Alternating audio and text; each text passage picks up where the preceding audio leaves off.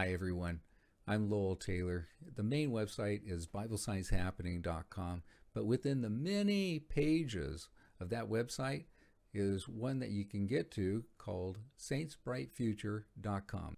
There's a lot of talk out there about Christ coming back soon. It's imminent. We got to prepare for the second coming. Guys, listen. When you go over to SaintsBrightFuture.com, there's going to be a video, the first one up there, and boy, does it spill the beans. But on this one right here, we're going to quickly go through, and we're going to show you where we are, chapter and verse. All right, so where are we in the prophetic events? The Church of Jesus Christ of Latter-day Saints is the only religion that has the only Bible that has this heading to it. Daniel sees the successive kings and their wars, leagues, and conflicts that lead up to the second coming of Christ. It is spot on. Now, successive, what does that mean? One after the other after the other. Don't go to the old commentaries talking about Daniel chapter 11 because they're totally wrong. They don't even show you, and some do, but to make their hypothesis work, and this started with like St. Jerome or around 400 AD or Josephus around 100 AD, but to make their hypothesis work, they skipped kings, they added kings, they skipped years, they added years. No. Daniel chapter 11 and Daniel chapter 8 is about our day when it's talking about, like Daniel chapter 11. Verse 1, it's an intro by the angel. After that, it's all about our day. So Daniel chapter 11 is 45 verses long. And if we're anywhere close to the return of Christ, we're somewhere between verse 2 and verse 45. And I think that what you're going to see is going to be really surprising to a lot of you. Let's go ahead and take a look at this. So, what do we know about the first four kings? Let's go ahead and read verses 1 and 2. Verse 1, also this is the angel talking. In the first year of Darius the Mede, even I stood to confirm and strengthen him. And now I will shew thee the truth. Behold, there shall stand up yet 3 kings in Persia, and the fourth shall be far richer than they all. And by his strength, through his riches, he shall stir up all against the realm of Grecia. All right, so look at this. Kamini is worth over $250 billion. His 3 predecessors were worth $1 billion to $3 billion each. Kamini is far richer than the first 4. Okay, now, who's Grecia? So, Grecia is who Kamini is stirring up all against. Who is that? Well, that's the U.S. So why would an angel call the U.S. Grecia about 2,500 years ago? Look at this. What does all this look like? Greek architect, right? And then you take a look at the statues over there and the Washington Monument, and you look at a lot of the Capitol buildings all around the United States, and they all have a Greek architect to them, right? So this is fascinating to see a connection as to why the angel would call us the code word Grecia or Javan if you go back into the original interpretation. All right, so then what happens to the fourth king? Verse 3, and a mighty king, the fourth king, shall stand up and shall rule with great dominion and do according to his will. I want you to remember that because it ties in to Daniel chapter 8. And when he shall stand up, his kingdom shall be broken and divided towards the 4 winds of heaven, and not to his posterity, nor according to his dominion which he ruled. For his kingdom shall be plucked up even for others besides those. If you think that this is talking about King Alexander the Great, be sure to watch the first video over at SaintsBrightFuture.com.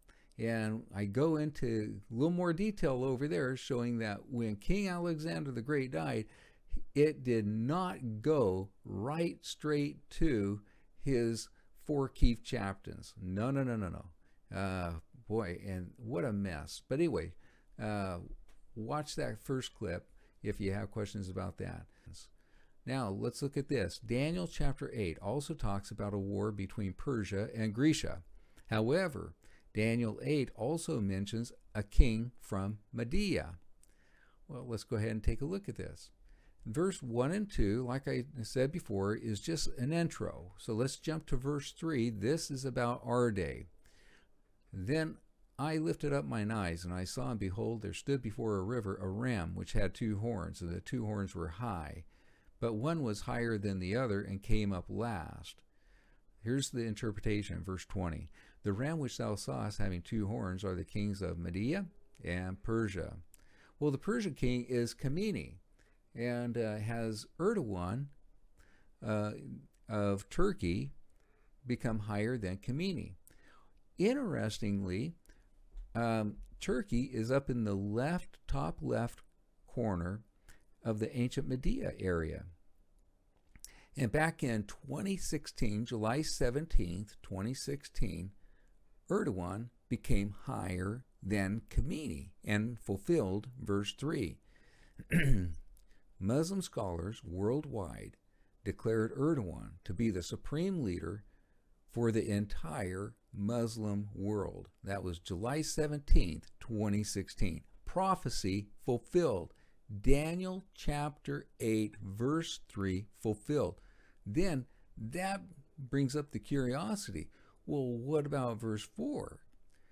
In verse 4 we read, and I saw the ram. So this is Kamini and Erdogan pushing westward, northward, and southward. So no beast might stand before him, neither was there any that could deliver out of his hand. But he did according to his will and became great. Remember, I told you, remember Daniel chapter 11, verse 3, that talks about the 4th king has great dominion and does according to his will. It's right here, guys. It's tying us in. It's locking it in right here. So, has Kamini and Erdogan been pushing to the west, north, and south? Yes. Ever since Erdogan became president, August of 2014, he and Ayatollah Khamenei of Iran have been pushing to the north, west, and south. Remember ISIS back then in 2014. The U.S. was fighting ISIS, Erdogan was fighting ISIS, Khamenei was fighting ISIS, but Erdogan and Khamenei, while fighting ISIS over in Iraq and Syria, they were also putting their military equipment down there and putting some political influence down there. And so that prophecy has been in progress for over a decade. Now it gets even more interesting. We can see 2 verses. Verse 3 was fulfilled. Verse 4 has been in progress for over a decade. Now let's look at verse 5. And as I was considering, behold, a he-goat came from the west on the face of the whole earth and touched not the ground, and the goat had a notable horn between his eyes. What is that talking about? Verse 21. And the rough goat is the king of Grecia. Who's Grecia? It's the United States. The king, that's the president. If you do a search for the word president in the Bible search, nothing comes up. Nothing comes up. So king, president, it's synonymous with what we're talking about here. And the great horn that is between his eyes is the first king. Now, the U.S. has had many presidents, many kings. The angel is trying to get Daniel and us to focus in on a very specific time. And that time is when the U.S. president attacks Khamenei and Erdogan. Are you familiar with what's going on between Trump and Khamenei? Trump is loading up battleships. He's loading up the Tomahawk missiles, the F-16s, F-35s, B-52s, B-2s, and cargo planes full of military equipment west of Iran. But remember that this is not about just Khamenei, it's about Erdogan as well. And so here we know a prophecy that is yet to shape up. But it's going to shape up, and it's going to shape up very, very soon.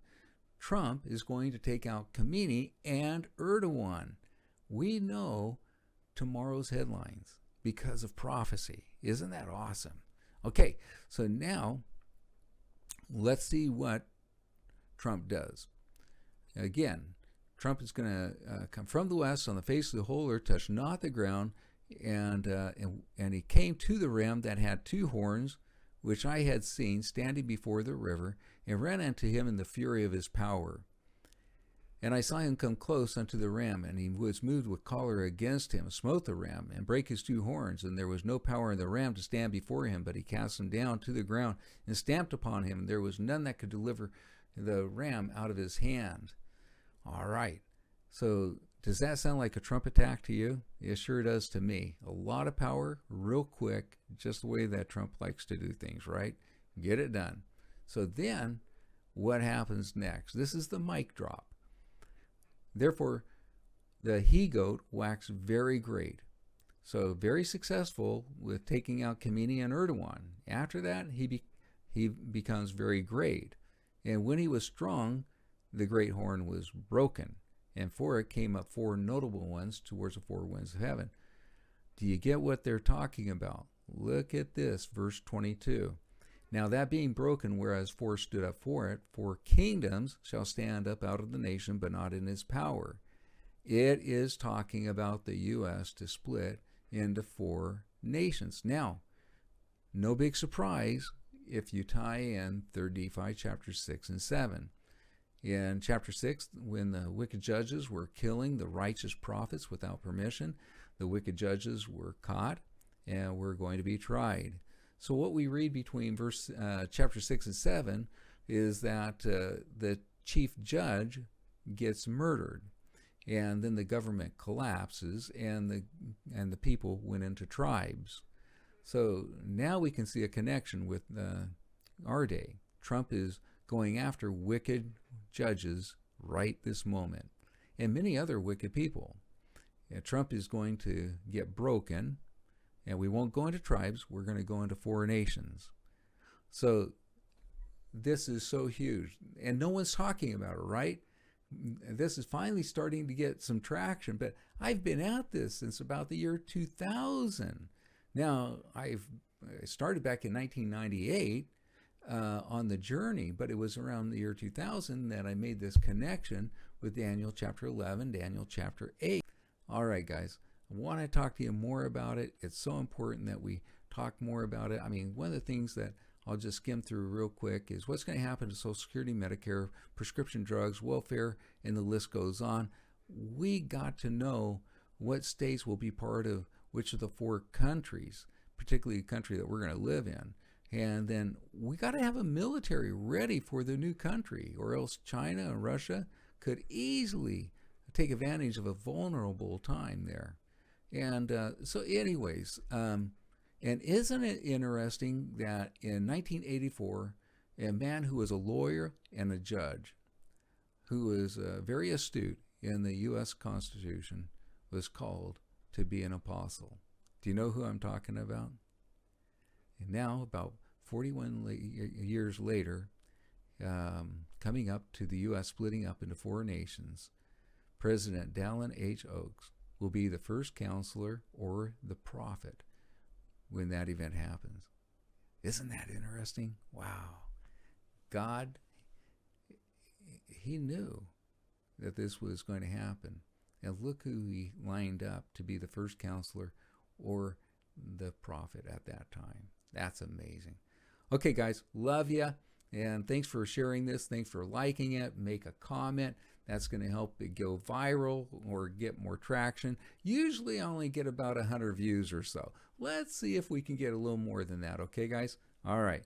Love you. You take care. God bless now.